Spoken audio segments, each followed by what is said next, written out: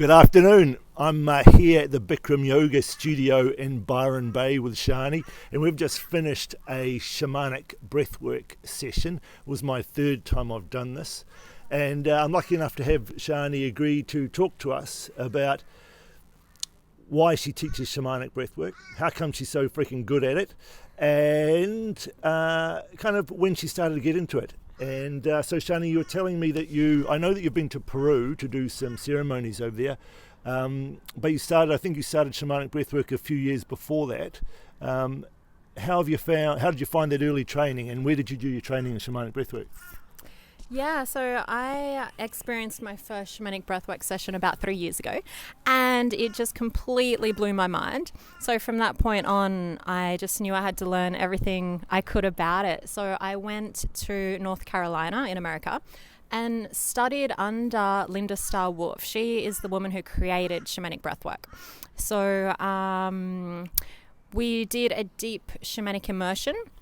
So not only did we do shamanic breathwork training, we also did other initiations and rituals and vision quests, and it was very, very transformative. And then, like you said, I went to Peru probably a year after that to journey further down the shamanic path and experience more, or for my first time actually experience plant medicines, just to see how I could expand my consciousness and get to know myself on a deeper level, because that is my ultimate passion. Just how deep can I know myself, and how deeply can I connect with myself, and then furthermore, how deeply can I connect with others. That's just my main drive in life. So everything I do kind of follows that principle and that guidance. And what else did you say? I'm very, What was the other question? I'm very strongly drawn to Peru at the moment. I was meant to be there in a couple of months on a wilderness medicine course, and we were going to go into the Amazon and do some investigation of some of the herbs in the Amazon, but the dates have become complicated, so I've put it off to next year. I'm going to Iceland instead to do some cold water sessions in Iceland. And to a biohacking conference in Helsinki. So I'm a bit disappointed in a way that I didn't get to Peru, but that'll wait till next year. Tell me a little bit Cusco and the Sacred Valley. How did you find it when you're there? Cusco is absolutely magical. It's like the golden city. It's otherworldly. It's absolutely beautiful, totally divine. And Peru itself, I spent most of the time in a place called Pucallpa, which is on the border of the Amazon jungle, and just busy, I guess. So basically I did plant medicine retreat, and then I kind of did a bit of travel after that. Perhaps wasn't the best way to go about it for myself, just because, well, doing plant medicine can be very intense, but I'm so grateful that I actually found shamanic breathwork before I did plant medicine, because it really, really helped me open up in different ways and surrender and let go throughout the process of plant medicine. And also, as we were sharing after each ceremony, a lot of the experiences people were sharing with the plant medicine, I have experienced exactly the same thing with just breathing, shamanic breathwork. So it's really amazing how it can be interrelated like that. And sometimes now, even for myself, when I do a breathwork session, and other people have said the same thing, if they have experienced plant medicine before, they feel like the plant medicine can kind of like reactivate within their body. So they work hand in hand, and it's just such a beautiful kind of like integration piece for after plant medicines, and also to open you up and prepare you for the plant medicine journey. So I would really recommend it before and after you kind of think about experiencing plant medicines. I've got to say, when I came to your first session I did with you in Burleigh, I kind of didn't want it to work that well. I have such great esteem for Amazonian herbs and plants and the power in those plants that I didn't want breathing to be as effective, but it was certainly a very profound experience. And I suppose once again I was operating out of ignorance, because obviously when you read about DMT, which is one of the benefits we think that comes from breath work is the release of DMT. Well, science shows that most of DMT comes from the lungs. Just like, we talk about serotonin in the brain, and then we found out that actually most of the serotonin comes from the gut. Well, most of the DMT comes from the lungs, works on the pineal gland, and we're all battling with calcified pineal glands, and it looks like breathing is a very profound way of releasing the DMT to open up new neural pathways. Do you think that's the main way that we get the learnings that we get from the breath work? Do you think it mainly is coming through DMT and its effects on the brain? I think that's one component of it. I think the main component for myself is perhaps just that relaxation of the nervous system. So the hyperoxygenation of the body creates that relaxation of the nervous system, so then we can have the insights and the knowings drop in. And lots of my clients have also experienced relief from chronic pain after only 1 or 2 sessions. So that's the impact of the nervous system, I believe, just completely decompressing. And just having that expansion and that space for the blood and the nutrients to flow through the body. But yeah, I don't believe there's any one specific thing that is the driving force. I believe it's just a cosmic, multi-dimensional experience where all the energies come into play, all the different physical, biological processes of the body come into play.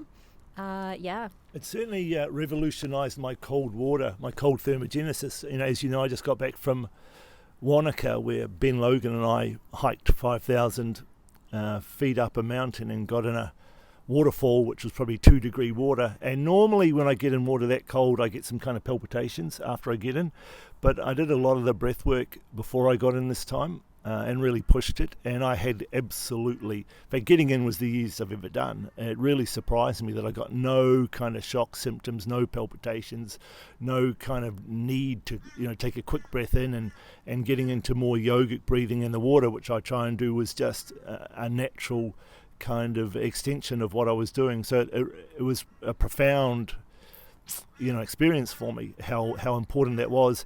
And it's difficult now being a physician, because you see people with all these medical problems, and that so many of the problems that we have in today's society are not just based around anatomy and physiology, and a lot of it is from our stress response and the way that we breathe and the way we interpret events in our lives and how we interpret previous events, and how the DNA that we've had passed on from previous generations, which also contains information. And it becomes difficult to, you get the realization of how difficult it is to get people better just on a pure prescription and medical paradigm, without also involving some of this work, which is also very scientific. It's working on neural pathways in the brain. It's working on DMT. It's working on the dark parts of the brain that we don't understand about. It's working on inherited DNA that we don't know anything about yet. And having seen the stuff that you energy practitioners do and breathwork practitioners, it's becomes obvious that becomes a critical part of not just us getting better, but everybody getting better and the planet getting better. Do you kind of feel that's it's something that everybody needs to experience and gets benefit from?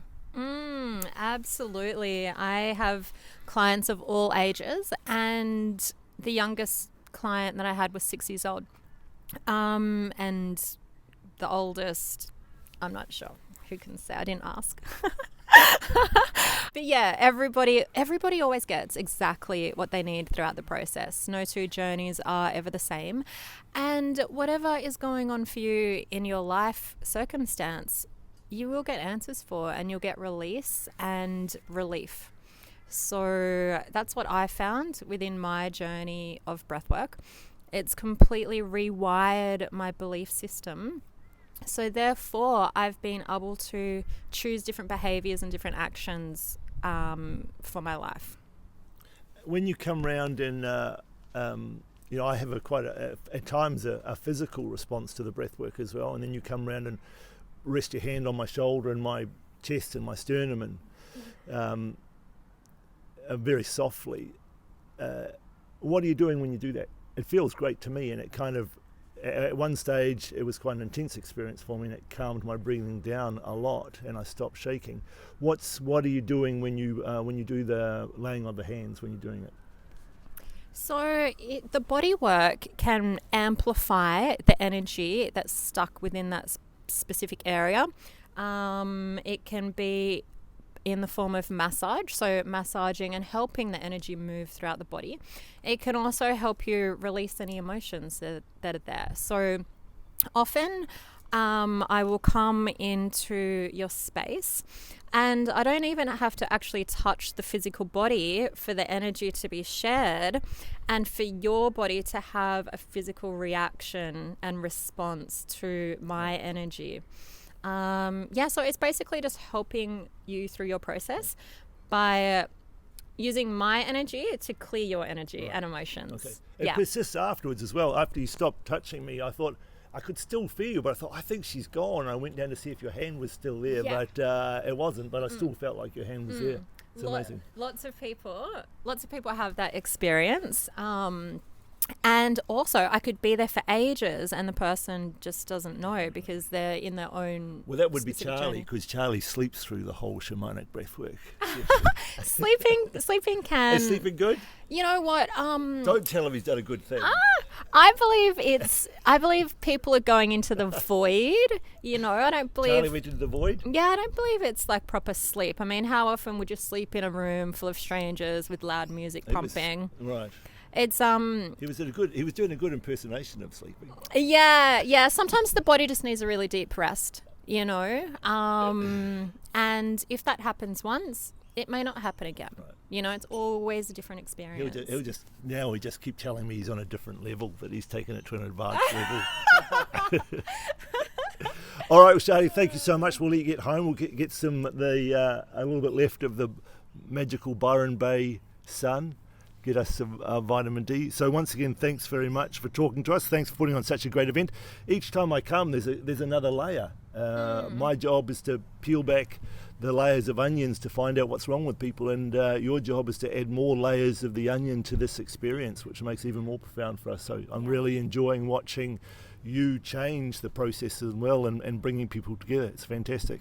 One of the things that both of you and I have said that we like is, you know, when we're not just concentrating on ourselves, but concentrating on wanting to repair the earth and bring everybody's consciousness and behaviour up to a new level, is kind of sharing this knowledge and sharing hugs. And you and I are both big fans of hugging. I think it's a great way of communicating and showing people how much you appreciate them. So let's have a big hug and we'll finish for the day.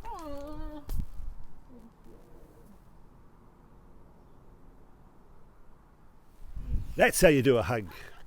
Thanks for watching, everybody. See you next time.